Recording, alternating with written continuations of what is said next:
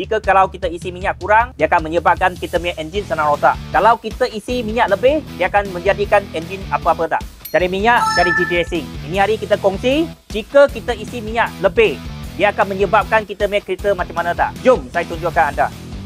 Biasa, kita kena semak. Dia punya leveling kena dekat sini. Kalau tak ada yang dia isi penuh sangat, dia akan menyebabkan itu minyak dia akan masuk dalam combustion chamber, dia akan bakar, ikut exhaust keluar.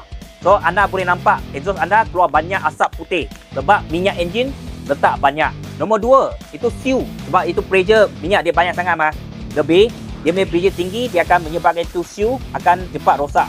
Okey, nombor 3, sebab kita isi minyak terlampau banyak sangat dalam itu oil sump sana, dia akan jadi banyak bubble. Bubble tu mana itu minyak dia akan lagi panas sebab dia tak ada haba boleh keluar. Jadi enjin akan overheat, lagi panas enjin. So, tiga-tiga ni sebab anda sudah dapat belajar tak? So, next time anda sudah servis, balik itu masa, parking dekat tempat rata, anda boleh, okey, buka enjin, semak dulu minyak tu. Tengok leveling, ada cukup tak? Macam ni, dia dekat ini titik, ngam-ngam cukup. Lebih sikit pun tak apa, okey. Jangan terlampau banyak. So, harap video ini boleh bagi anda manfaat.